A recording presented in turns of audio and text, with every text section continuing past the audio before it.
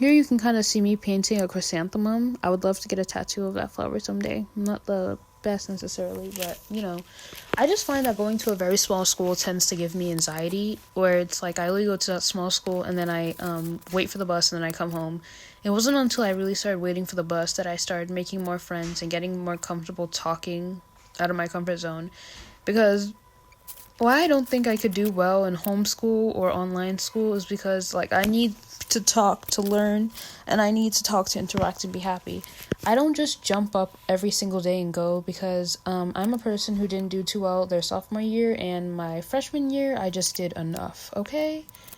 So I kind of have to lock in. That's why I try my very best to only go sometimes and not all the time. But it can be hard seeing your classmates in more advanced classes than what you are. But I'm thankful for where I am in life right now, and thankful for the future I have to come. Because the more I look at my life, I don't necessarily think education is really for me. And I think a career without education is one that might take a little more to achieve, but I'm trying to make my goals and dreams come true, and so should you. That's a very cheesy thing to say, like very, if your heart desires, but I think that's low-key it. It doesn't mean everything's gonna be peaches and roses. I think my mother works very hard to give me a good life, and for such I'm very thankful. It just means I need to be working hard too to put down the safe pavement, you know?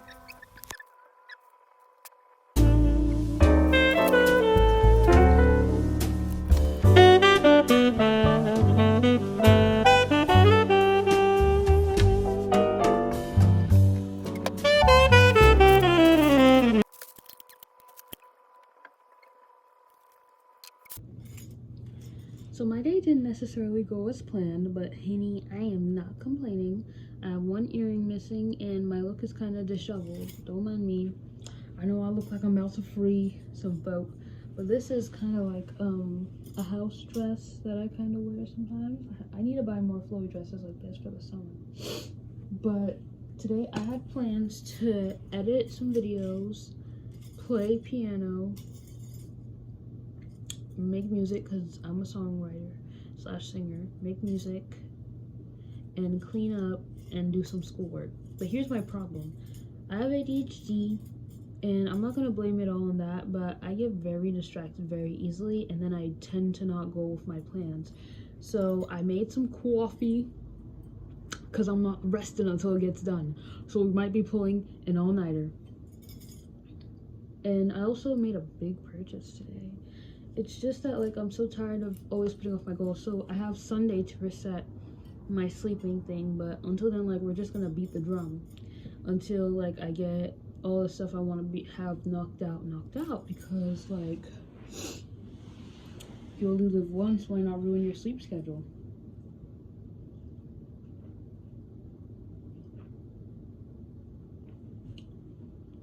Today I want to talk about having people be unsure of you as a person who tries to be sure of themselves. My freshman year of high school, I got into a tussle. My sophomore year of high school, my step-parent had moved in, and with the differences and all that, it really messed with my mind, and I went and pierced my ear in public. And my junior year, current year, November, I caught food poisoning in school, which I'm making a video on that for you guys. And with all these embarrassing moments, I once had a teacher go and say, he's a chill man, and he went and said, Kayla, I'm not too sure about her. Kayla, I'm not too sure about, like, me as a student. And it kind of broke my heart, because I know mistakes are how we learn and how we grow as, like, human beings, but, like, hairbrush. Like, to have mistakes that affect me from talking to certain people whom I genuinely care about, that I guess I can't care about anymore, is, like, kind of sad to me. Or making mistakes that permanently have people down for me. However, I realized that even with my mistakes, I've met people who see me and they know my mistakes, and I've talked to them about it, and, like, they still love me and they still F's with me, and even with my mistakes, it makes them sometimes view me as more real. So this is just a little bit of advice on how to handle that type of thing.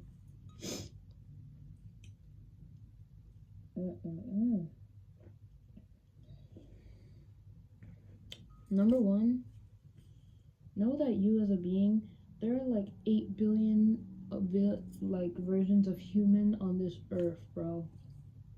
You can't hold yourself down to what like some people think of you. Trust me, the world is so much bigger than that, and I promise you, I just went to home campus for the very first time.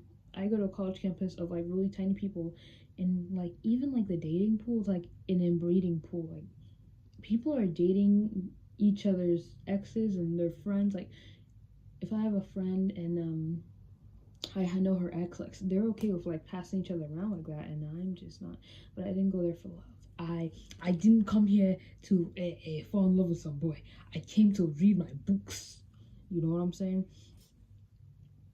But just going out of my way to like walk in there and look at another universe, kind of like walking down the street or something helps.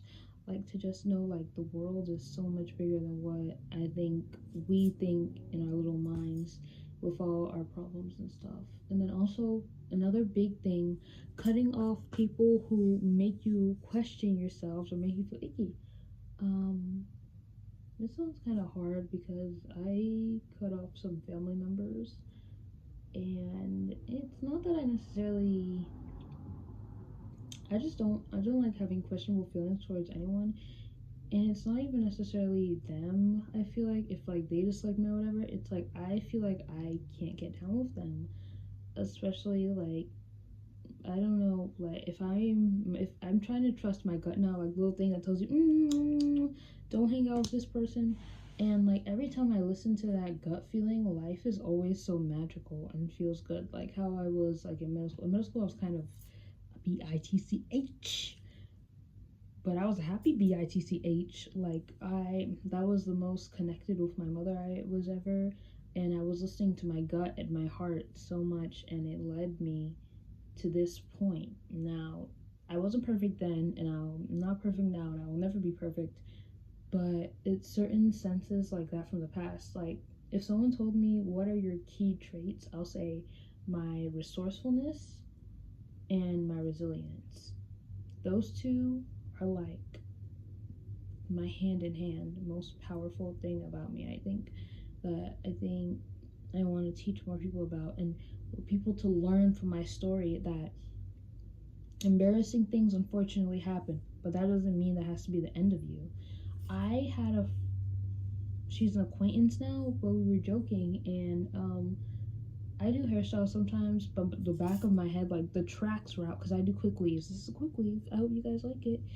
And I was like, oh, can you help me fix my hair? And she backed up away from me, like being embarrassed. And I think she does a joke, but even then on, I just can't get down with jokes with that. That immediately just made me want to shut down our entire relationship, and it kind of hurt me because, like, just why, bro?